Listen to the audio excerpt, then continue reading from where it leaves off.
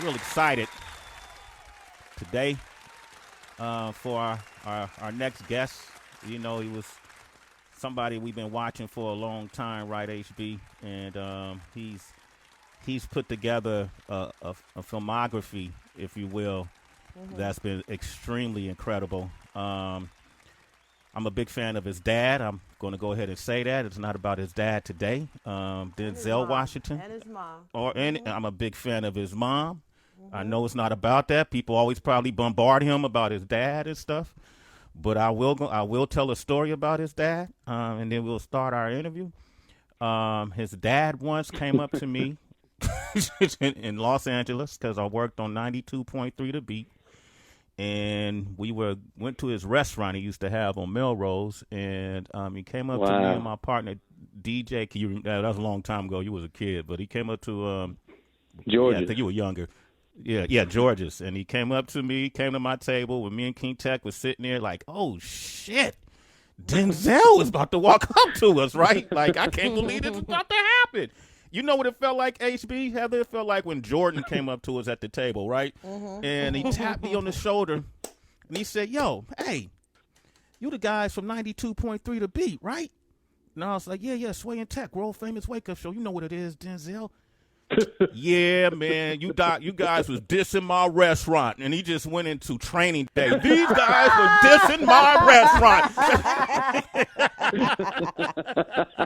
Oh my God! That New York shit came out of him. That's a good That New York came out of him. Sway. That Mount Vernon came out. Yeah, Mount Vernon came out. Man, I felt I couldn't even eat after that. But anyway, I love that man. I love what he stands for. But I want to move on to his son, who went to Morehouse College. I loved him in Ballers. I loved him in Black Klansman. All the work you've done so far has been incredible. I want to welcome you to the show. The one and only John David Washington is here. Big round of applause. What's up? All right. Man, your intro's second to none, man. I love how you get down with your intros, man. Thank you so much for having me. Oh, no, man. I just have fun at this point, man. This is all passion for us. And by the way, my daughter graduated from Campbell Hall high school. Yeah, so she's a Campbell Hall alumni. Congrats. Yeah, she just graduated from NYU as well. So she's doing her thing, man. Wow. You have an interesting, man. Come on, Denzel ain't got the only kids doing well. Oh my God! Go ahead, you let it go, Sway. Let it go. It was a long Let it go. time. I gotta let it go. Okay, Let it was in the '90s, right? It was in the '90s. But you know what I found interesting because you and Dwayne the Rock Johnson. Wondering if you guys, when you worked on Ballers, and you played a football player and you did your radio, your podcast as well. But just because I have such parallel histories and legacies, him being a former football player, what kind of discussions did y'all have about making that transition from sports to acting? Well, I thank you so much again for having me this morning, and Dwayne the Rock Johnson is a great human being, I got to say, and he's the status that he's reached. What he's done with his career to be as humble as he is it's quite encouraging to know. To be able to apply yourself, go so hard for what you believe in, what you love, and still to be as humble as he is. It's a great goal to have.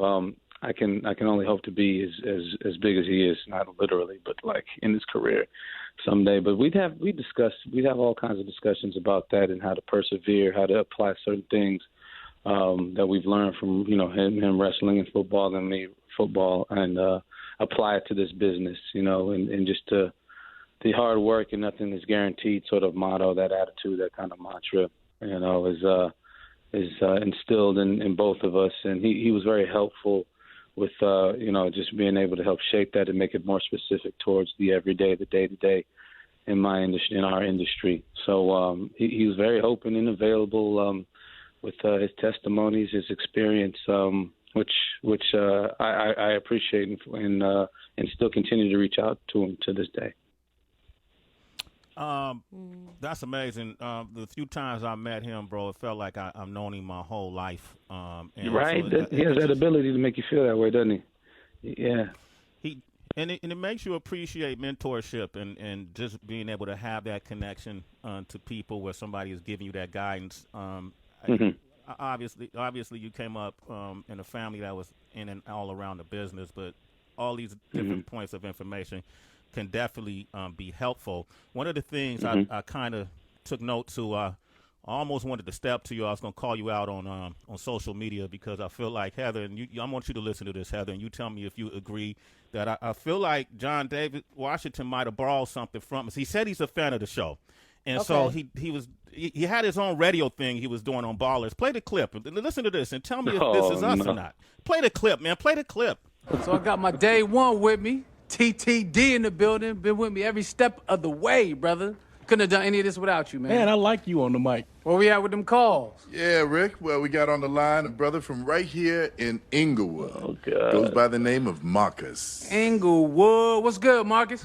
What's the inside story with Kassan Teague? Why did Charles Green cut cord on him? Rams definitely could have used him, especially without you there. Well, as long as the owners think they could get away with something, they probably will. Does that now change now that Spencer Strassmore has a vote?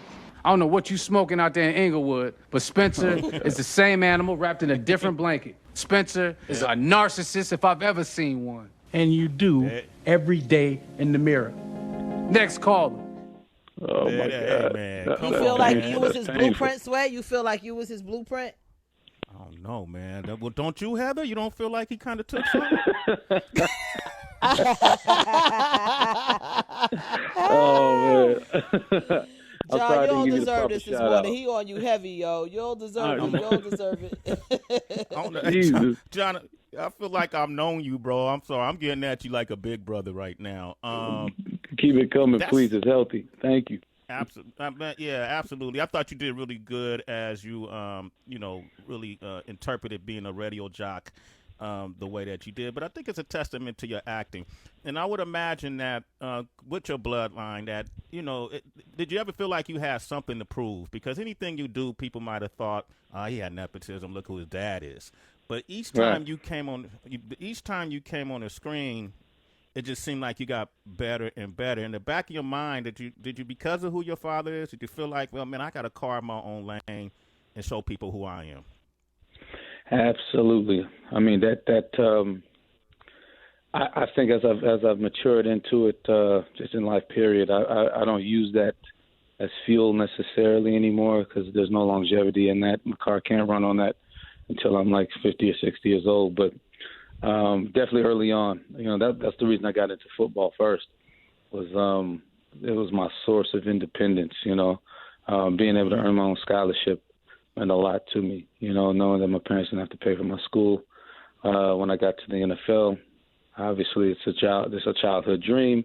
But what was happening was every time I'd have a great game, a career game, a school record game, the headline was always led by Denzel Washington's son did this. Denzel Washington's son makes the NFL, so on and so forth. So I started to recognize that no matter how successful I became on the field, I'm always going to be related to him, and that's always going to be the headline. And I used to think it was maybe laziness or incompetence by the reporting or by journalists, but that's not it. That's just it's a business, and that's going to get clickbait. That's going to be a cool story. So when I got more comfortable with that, I was able to get more comfortable with that because I was accomplishing these things on the football field. I was getting my head busted in, and it had nothing to do with my dad. So those accomplishments really helped me with my confidence more than anything. And so when I transitioned into acting, which is what I wanted to do since I was 4 or 5 years old, I was prepared. I was prepared for it because in an entirely different industry, I was still getting these headlines. So what's going to be the difference really? So I just quietly just chipped away at it. I studied. I moved to New York and studied at HB Studios. And even while when I scored the Ballers job, I'd still in the off season, I would study, and I'll go hard. And and knowing that this is what's going to be. This is what's going to follow me the rest of my career. And I did minimal to no press during those times because I just wanted the work to speak out. I wanted people to be, like, who is this dude with the beard on the show? I wanted to be a mystery. That's I do it now because I really have to do press. But it's not like I don't enjoy it, but I just want to continue to have the work speak for myself, speak for me. Absolutely, man. Well, it definitely did, and it definitely does. Your Ron Stallworth character in Spike Lee, Black Klansman, was incredible. And man, round of applause. But you received both Golden Globe and Screen Actors Guild Award nominations. So there's the clap machine. I love it. You like that? I'm glad you're enjoying it, man. Do you see your father? You understand? I'm sorry. I'm geeking out right now. I wish I was in studio with y'all. Y'all could see me ear to ear smiling because I watch y'all all the time. So this is dope. So I'm sorry to interrupt. You got bars then, John? You be freestyling when we ain't around? What's your rap game like? Yeah, see, y'all ain't gonna set me up right now. Absolutely not. I know 5 fingers here. You know what I'm saying? 5 fingers of pain. You know what I'm saying? I got some chicken fingers of 5 fingers. That's all I got for you. Chicken. He got some from your dad's restaurant? No, I'm just kidding. Wow. Although the chicken was kind of bomb over there. But I can't give you no shy of heat.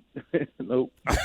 Okay, John David Washington is here. We're going to talk about this huge movie he's a part of, but just really having fun with just talking to you right now. We got DB is on the line, too. DB is our resident movie, what do you want to say, DB?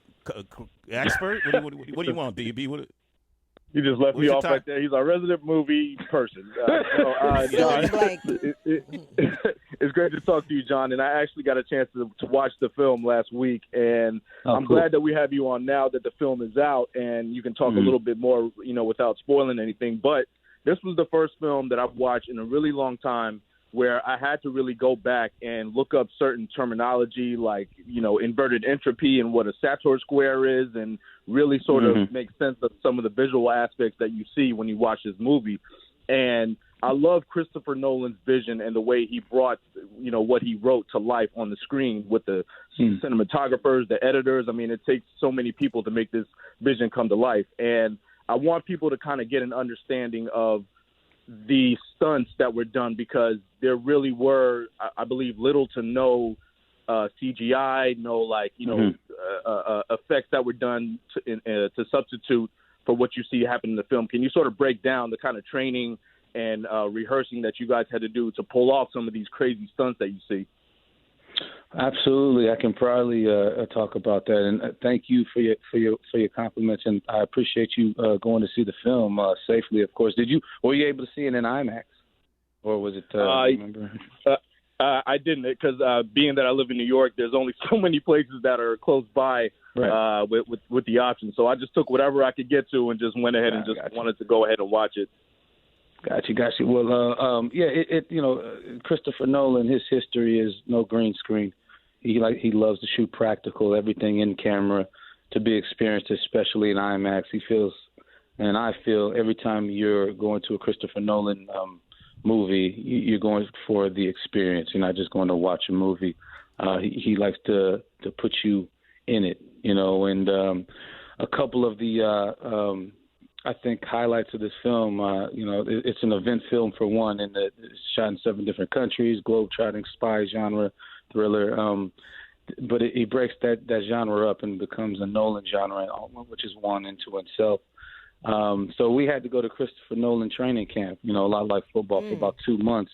I had to learn how to blink, walk, talk, fight, punch, throw, snap necks, roll, jump backwards. The rules of inversions, the point, like as you said, the point of entropy, temporal pincer movements, all have a way there's a physicality storytelling that you're responsible for. And when you talk about a high concept like this, so it was an incredible experience. It was one of the most difficult, physically challenging roles or anything, I'd say. Even football, it rivals my football experience that I've ever done in my entire life.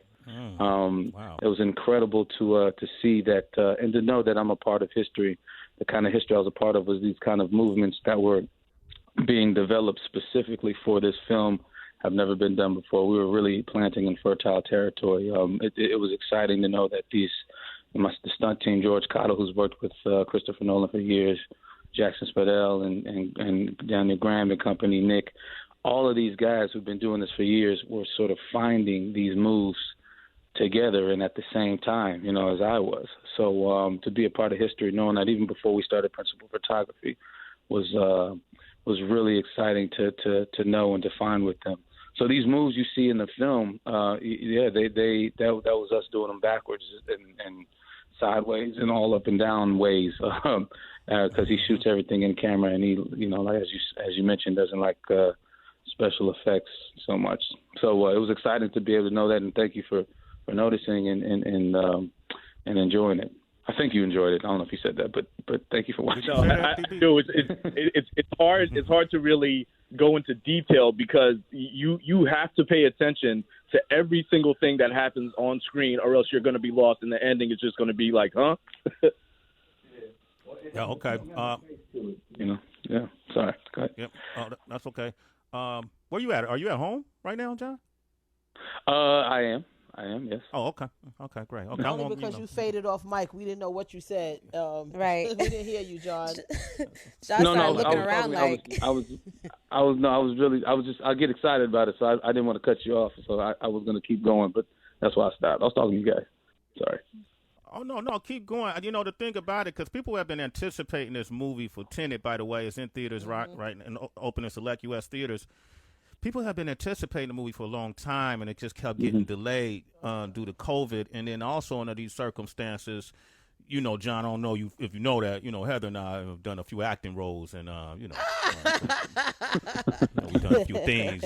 Tracy been in some movies, too. DB, the whole team has done movies. And so we did stuff with Marvel, and you had to be extremely secretive. It's almost like you had to sign a contract. Did y'all have to do that, too? Well, it wasn't, I guess, formal as a contract. It was more of an understood, gentleman's agreement, if you will. It was sort of, you were under the Nolan rules, and I always felt like they were watching me. Even right now, they're always watching. So I because I was new to the team, to the family, I wasn't gonna be the guy. If it was something gonna leak for the first time in his career, it ain't gonna be because of this brother right here. So I kept it pretty tight. The only person that read the script in my camp was my mother, because that's how I do things. I have her read the script, and I usually read with her before. And then when the movie's done or the first pass is ready, I usually ask, when they're ready for me to see it, I ask for my mom to see it first, because I trust her with everything. So, but I kept it pretty secretive. Yes, I kept the script with me at all times. It was no games being played. John David Washington is here. We're talking about the new movie Tenet is out right now.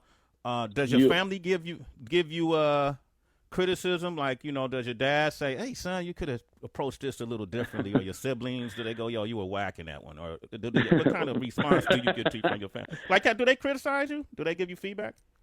Absolutely. I mean, the Thanksgivings can be pretty rough if you don't have a strong year with your truth telling ability. So I mean, everybody loves film in our family, and obviously being in the industry, people have very good taste. So I receive there's critiques, there's stuff you can always get better at that they'll point out, but they're so supportive. And when they saw this movie, though, they were blown away, and they really had no notes. Because it's more about than the performance. It's just about what Chris does, and how he presents this world. I mean, it's something that you've never seen before, and I think the performances really complement what he pulls off. Even if you can't follow the science in it on the first watch, you do, I think, can relate, or you can connect to these characters. I think that speaks to the job that Robert Pattinson and Elizabeth Debicki did, the great Sir Michael Caine, Kenneth Branagh and company, Deepika Kapadia, who's a huge Bollywood star, came out of retirement to do this role. I mean, the casting in this film too is I think it's progressive. I mean, it's untraditional. Just having a guy with a beard being, in these suits and leading the charge, and having a star like Dimple, who is a huge Bollywood star, be the character that she played. I think it just speaks to Christopher Nolan's thinking and what he's trying to do with storytelling for the next 10 to 15 years. So it's great. So they all connected to the film, and they loved it, and we're discussing it for weeks on end. All right, cool. Tracy, you want to jump in? Yeah, absolutely. And I'm excited because I definitely know for sure all of y'all are going to be back at the Oscars. And I remember last year, I think it was Ellen that you were doing an interview with, and she asked, oh, who are you bringing to the Oscars? And you said your mom. And I know it seemed like you was single at the time, and I know the status of your superstarship is wild high, but I'm also seeing that your Instagram is private. So I'm like, how is the leading lady of John David Washington's life supposed to find him? you gotta. In this case, if she lives in New York, she's got to go to Jersey and see the film. No, I'm still single. My mom is still going to be in attendance if I do get the invite. Yeah. Wow. And is this, at this point, John, is this single by choice? Are you actively looking? Is the work your girlfriend that you lay down with that night? Like, what is it? Yeah, all the above. I'm actively looking. Okay. I'm being selective. I can't because I've been in some relationships before and very thankful for them. Learned a lot. I definitely know what I want. I definitely know I know what I don't want. That's what I do know. I know what I don't want. And, I'm just waiting for the one, I ain't got time to waste. So until then, I'm going to go ahead and put it all, that focus all into work. And when that bow and arrow hits me, I'm going to accept it and leave it in there. I like this talk. Usually men aren't clear about their standards. Now I'm hella curious. What do you not want? Let's see. Controversy, crazy. Right. A reality TV show. Yeah, right. Based on your relationship. Right. Don't put me on Shade Room. I mean, the other ones weren't. It was very peaceful, but I just know I need peace. I need peace in the home. Shalom in the home, l'chaim in the wine. That's what I need in the home, always. That's what I need. Mm-hmm. Yeah. I ain't mad at that, man. Hey, That's fair. You like that, HB? Yeah, I love it. That's dope. Sway, hang out with them. Both of y'all out. That way you don't have to call me at 9 o'clock at night asking me what I'm doing, bothering the hell out of me. John, I can't deal with this guy. He wants to know basketball scores. His cable ain't working. I'm like, Sway, you got to find something to do. I'm his sister, not his girlfriend. Yeah. Damn it, you got to hang out with John, Sway. Y'all Shit, man, me and John. Together. Man, if we hung out in Hollywood together, brother, we won't be single for long. Man. Jersey. Yo, I feel like there's a plot here, right? The Coming to America plot, I feel like that's exactly what it is. Y'all need to keep it more local. Coming to Jersey. Y'all need to do it in Jersey. Coming to Jersey? I told you need a Jersey girl. Yes. Absolutely. Look, Newark, shout out to Newark. I did some research out there. I spent some time out there, and those are some special people out there. Absolutely. I think the one is in Newark, represent. For sure. She's in County, baby. Represent. The one is in Newark. All right, well, any women who live in Newark, New Jersey specifically, you could call up 888-742-3345. Don't say it like that, Sway. It's Newark, Lauren Hill, represent all that. Yes, Queen Latifah. That's all Essex County. Redman, there you go. All of that, okay, all right. There you go. I'm done. Okay, we'll get it popping. Hey, I wanted to ask you, and this is a touching subject. We got a chance to interview and talk and even hang out with Chadwick Boseman for many times over the years, and. I know it was a beautiful story how your dad helped pay his tuition through school, and I figured that maybe perhaps you just being in the circles, you might have had a relationship with him. Did you? And if so, what can you tell us about him, if you don't mind, that folks wouldn't know? Your interpretation. Like all of us, my relationship with him. Was the strongest through the work that he did. Seeing him on screen, being a fan of his movies, connecting to the truth that he was able to tell through these characters, through cinema.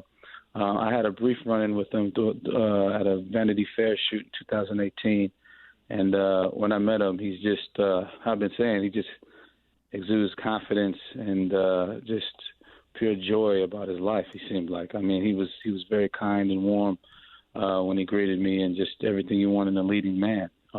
He is a true leader. I think there's only one true there's only one true king in T'Challa, and that's Chadwick Boseman. I think everything he represented for our community in this industry will stand the test of time. I mean, his death has been impacted globally because his work impacted us, all over the world in such a positive way. We saw people that looked like us, and we felt that we can do it. We can make it. And not even necessarily in the movie business, but in anything. He just gave so much hope to so many different people of different ages, and he's been doing it sort of low-key, kind of quietly for a long time. He's popping, he's popular and all that, but he's been putting in the real work for a long time being a leading man. So, I think Pops, passed the baton to him, and and the Michael B's of the world. It saddens me that this happened the way it did, because he had so much going for him, and he had so much more medicine to administer through his work. But his legacy lives on, and it's on all of us in this industry to uphold that and be responsible with the opportunities afforded to us in this industry because of what he's been able to do. And I pray for his family and his loved ones. But his legacy will live on strong, and we have to continue the conversation and continue to honor him, because he deserves it. Absolutely. Thank you, brother. I appreciate you sharing that with us, and even hearing your account is all healing for us and reaffirming. And I mean this not to humble you right now, but I feel like you're walking a similar path. Because it's true. Chadwick did so much work, and you start to realize it as it started to accumulate that, damn, this man put in the time and the work, and I see you building something similarly. John David Washington is here. The new movie Tenet. The film is out in select U.S. theaters. We put out a call for women who are single from Newark, New Jersey. 888-742-3345. We got Jackie on the line right now. Jacqueline, good morning. Grand Rising. Hey. Jacqueline. Good morning. Good morning, guys. Hey. Grand Rising. Can't believe I'm talking to you. I'm from New York. I live in Suffolk County. I just have to say, you're a beautiful person. Your mother and father are beautiful, too. And I often wonder, I heard you on an interview with, I can't remember who it was, and, they weren't giving any respect to your mother, and you shut them down, and I love that, because I'm a mother of 6, and you shut them down and told them, my father didn't just raise me by himself, my mother helped my father, too. Like, what are y'all talking about? Like, it hit hard. I often wonder, when I see your mother, not how she got Denzel, but how did your father get your mother? Because your mother's a beautiful person. Ooh. So you remember my name, and you tell your mother what I said. Jacqueline, yes. Yeah. Right. So you take care, and you're doing good. And I really continue doing what you're doing, and don't let Hollywood change you. Change Hollywood. Oh, shit. Bars. Okay. Yes, ma'am. Yeah. And for you guys who left New York and in California now, y'all making me want to come to California. Come on. That's what's happening, Jackie. I'm from Oakland. Yeah. It's the whole West Coast vibe is different. It's different. I know. I see. You see what it is? Come on. All right. Thank you. You're a citizen, Jackie. All right. Thank you. Okay. All right. Bye-bye, guys. Bye-bye. That was a great call. That was amazing. Great call. Absolutely. Great call, man. Hey, John, it's all the time we got, but, man, when the studios open up, come on through, man, and do that 5 fingers of death, man. I know you got bars in you, bro. Like I said, 5 chicken fingers is all I'm bringing to y'all. All right? I'm not doing that. All right. Well, congratulations on Tenet. I know that's what's on the marquee right now. If there's anything I'm not sure if there's anything that's coming up that you're able to talk about, but when that happens, just call us back. Yeah. Go ahead. Definitely. I will. This thing I did with Sam Levinson and Zendaya too. I'm very excited about as well. But that's for another time. That's another time. You're doing press now. You can't cross collateralize on the promotions when you're doing press. You know what I mean? You learn. Yeah, they get mad at that, man. They get mad at that. Thank you for being on this show. Yeah, brother. And thanks for coming on the show. You are officially a citizen. Us way in the morning. Bra, bra, bra. Bra, bra, bra. All right. Tell your beautiful mom and your family we said hi and salute. Tell your pops I said salute too, okay? Absolutely. I'm going to tell him about that Georgia story for sure. So. Yeah, tell him, man. He probably remember, man. Tell him he was mean to me. I will. I'll put everything on it for sure. Okay, thank you, brother. Thanks, Take y'all. care. Have a beautiful day, man.